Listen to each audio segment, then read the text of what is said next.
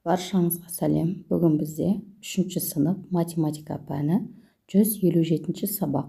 Бүгінгі сабағымыздың тақырыбы құрама есептер шығару. Халықаралық аналар мерекесі. Бүгінгі сабақта сендер құрама есептерді шығаратын боласыңдар. Бірінші есеп. Өрнектердің мәнін тап, дұрыстығын тексер. Өрнектердің мәнін өсу ретімен қойып, қандай мақал жазылғанын анықта. Мақалдың мағынасын түсіндір. Берілген амалдарды орындайтын боламыз. Есептерді 980-ді 2-ге бөліп аламыз, 490 шығады. 149-ды 4-ге көбейтіп аламыз, 980 шығады, және 276-ны 3-ге бөлеміз. Сол кезде бізде 92 шығады. Міне осылай. Одан кейін 326-ны 3-ге көбейткен кезде 978 шығады. 405-ті 2-ге көбейткен кезде 910 шығады. 810 шығады. Және де 145-ті 5-ге көбейткен кезде бізде 725 шығады. Міне осылай есептерді жазып аламыз. Содан кейін өсу ретімен орналастырамыз. Сонда бізде ана алақанның аясы, ақ шынардың саясы деген мақал шығуы қажет. Екінші есеп, шарт құрып шығарамыз. А тапсырмасы: аналар мерекесіне арналған концертке сахнаны безендіру үшін әрқайсысында 25 данадан 8 қорап шар үрленді. Әрқайсысында 15 данадан 5 қорап жалау дайындалды. Безендіруге барлығы неше шар мен жалау пайдаланылды. Есептің шартын жазып аламыз. Шар бізде 25 данадан 5-8 қорапқа салынған. Демек, бір қорапта 25 шар бар деген сөз. Осындай 8 қорап бар. Және де жалау берілген. Жалау бір қорапта 15 данадан берілген. Бізде 5 қорап берілген. Енді сұрақ бізге осы берілген барлығы неше дана екен табуымыз қажет, шар мен жалаушаны. Ол үшін 25-ті 8-ге көбейтіп аламыз. Сол кезде бізде 200 болады. Демек, бізде 200 шар бар. Және 15-ті 5-ге көбейтіп аламыз. Әр қорапта 15-тен болғандықтан 75 болады. 75 жалауша бар. Енді барлығын табу үшін 200-ге 75-ті қосамыз, 275 болады. Безендіруге барлығы 275 шар мен жалауша пайдаланылды. Ә тапсырмасы: көркем еңбек сабағында сыныптағы 30 оқушының әрқайсысы 3 ашық хаттан және 1 қобдишадан жасады. Оқушылар барлығы неше сыйлық жасады? Бізде сыныпта қанша оқушы бар екен? 30 оқушы бар. Демек, бір оқушы 3 ашық хат және 1 қобдиша жасады деген сөз. Енді 30 оқушыны табу үшін 33-ке көбейтіп аламыз. 90 болады. 31-ге өткен кезде 30 болады. 90-ға 30-ды қоссақ бізде 120 болады. Бұл бірінші тәсіл. Ал екіншісінде 3-ке 1-ді қосамыз, 4 болады. 30-ды 4-ке көбейтеміз, 120 болады. Дәл осылай екі тәсілмен өздеріңе қайсы тәсіл ыңғайлы, сонымен шығарсаңдар болады. Сонда бізде барлығы 120 сыйлық жасалды. Үшінші есеп, А тапсырмасы: өрнектер бойынша есеп құрастыр. 221 көбейтілген 3 қосылған 106 деп тұр. 106 теңге бізде раушан гүлі, ал 221 теңге бұл сыйлық. Суретте көрсетіліп тұр. Енді өзіміз жалғастырамыз. Сыйлық бізде 121 теңгеден 3 дана қорап әкелінді.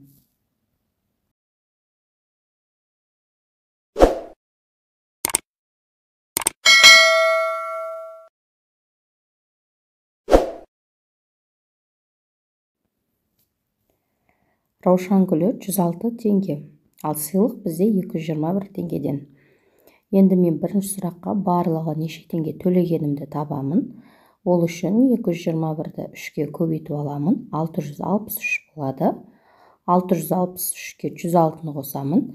769 теңге болады. Демек, барлық затқа мен 769 теңге төледім.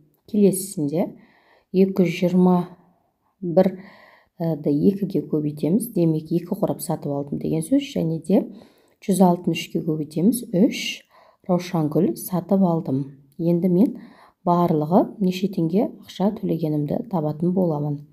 Ол үшін 221-ді 2-ге көбейтемін.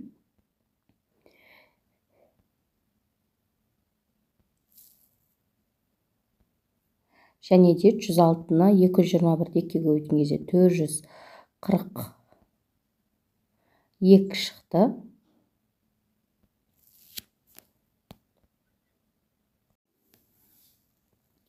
Және де 106-ны 3-ге көбейтемін. Сонда 318 шықты. Енді барлық затқа қанша теңге төлегенін табу үшін қосамын барлығын. Сонда 442-ге 318 қосқан кезде 760 теңге төледім. Енді тапсырмасы осы мәліметтерді пайдаланып бірнеше амалмен шығатын өрнек құрастыр. Дәл осы амал, енді осы амалды көрсетіп қойдым. Және де бірінші есепке қарағанда екіншісі нешеге кем екенін тауып көрсеттім. Ал екіншісінде дәл солай барлығын 221-ден 221 теңгелік бір қорап сатып алдым. Және де 106 теңгеден 4 раушангүл сатып алдым. Сонда мен барлығы жұмсалған ақшам 645 теңге болады. Сендер де осылай есеп құрастырсаңдар болады. Төртінші есеп бізде теңдеулерді шешу. 3 теңдеу берілген, 3 теңдеуде күрделі теңдеу, жай теңдеуге айналдырып аламыз. Ол үшін 45 бөлінген y тең 72 бөлінген 8 деп тұр. Демек, біз белгілі амалды орындап аламыз. 72-ні 8-ге бөліп аламыз, 9 болады. Сонда 45 бөлінген y тең 9 деген жай теңдеу шығады. Енді үлкен сан теңдіктің басында тұрғандықтан амал сақталады. 45-ті 9-ға бөлеміз, сонда 5 қалады. Біздегі y жасырылған сан 5-ке тең деген сөз. Енді дұрыстығын тексеру үшін 45-ті 5-ке бөлеміз, 9 болады. 72-ні 8-ге бөлеміз, 9 болады. Демек, екі жағы да теңесті. Келесінде 162 қосылған x тең 509 бен 68-ін айырмасын табуымыз қажет. Белгілі амал 509-дан 68 азайтқан кезде 441 қалады. Енді бізде жай теңдеу шығады. Демек, 162 қосылған x тең 441 деген жай теңдеу шықты. Енді үлкен сан теңдіктен кейін орналасқандықтан 441-ден 162-ні азайтатын боламыз. Мәні бізде 279 шығады. Енді біздегі x саны 279 санына тең екен. Енді есептің дұрыстығын тексеру үшін 162-ге 279-ды қосамыз, сонда 441 шығады. 509-дан 68-ді азайтқан кезде 441 қалады. Демек, екі жағда теңесті деген сөз. Келесінде 1000 азайтылған a тең 146 көбейтілген 6. Белгілі амал 146-ны 6-ға көбейтіп аламыз, 876 шығады. Енді үлкен сан теңдіктің басында тұрғандықтан амал сақталады. 1000-нан 876-ны азайтамыз. Сонда 124 болады. Демек, біздегі A әрпі біздегі 124 санына тең екен. Енді есептің дұрыстығын тексеру үшін 1000-нан 124-ті азайтамыз. 876 қалады. 146-ны 6-ға көбейткен кезде 876. Демек, екі жағы да теңесті. Келесі есеп бізде 5-ші есеп. Бірінші, екінші, үшінші сынып оқушылары бір апта бойы аналарына сыйлау үшін әшекейлер жасады. Әрбір сынып өздерінің жасаған әшекейлерін санады. Олардың әр күнде бәрі бірге неше әшекей жасаған тиімді есептеуге көмектес. тиімді тәсіл, мысалға бірінші күні бірінші сынып 125, екінші сынып 17, үшінші сынып 15 жасады. Енді біз барлығын табу үшін тиімді тәсілі бізде бірінші күні бізде 57 әшекей жасады. Тиімді тәсілі ондыққа дөңгелектеу. Демек, 25-ке 15-ті қосып аламыз. 20-ға 10-ды қосамыз 30, 5-ке 5-ті қосамыз 10, 30-ға 10-ды қосамыз 40, 40-қа 17-ні қоссақ 57. Бұл жердегі сандардың барлығын ондыққа дөңгелектеу арқылы шығаратын боламыз. Сонда тиімді тәсілі бізге осы болады. Және де әр күні жасаған әшекей бірінші күні 57, екінші күні 87, үшінші күні 104 әшекей жасады. Төртінші күні 75, бесінші күні 96 және 6-шы күні бізде 58 әшекей жасады. Міне осылай жазып шығамыз. Өте оңай есеп.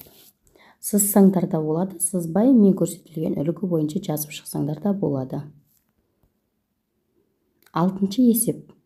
Есепті шығар, шарт құрып шығарамыз. А тапсырмасы: анасы дүкеннен 130 теңгеден 4 килограмм картоп және 150 теңгеден 3 килограмм сәбіз сатып алды. Анасы қанша теңге жұмсады? Дүкенге барды және де 4 килограмм картопты әр килограммын 130 теңгеден алды. Демек, картоптың бағасын табу үшін 130-ды 4-ке көбейтіп аласыңдар. Сонда 520 теңге болады. Картоптың құны 520 теңге.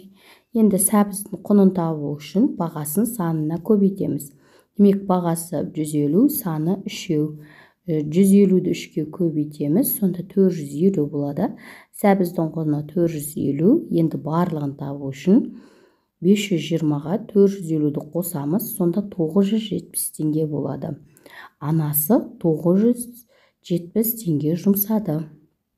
Тапсырмасы: анасы 2 литрлік алма шырынынан 14 қорап, ал өрік шырынынан одан 4 есе кем сатып алды. Анасы барлығы неше литр шырын сатып алды? Енді 2 литрліктен 14 қорап дейді. Енді барлық алма шырынды табу үшін 14-ті 2-ке көбейтеміз, 28 литр болады. Ал өрік шырыны одан 4 есе кем дейді. Демек, 28-ді 4-ке бөлеміз, 7 болады. Өрік шырыны 7 литр. Барлығын табу үшін 28-ге 7-ні қосасыңдар. Сонда 35 болады. Барлығы 35 литр шырын сатып алынды.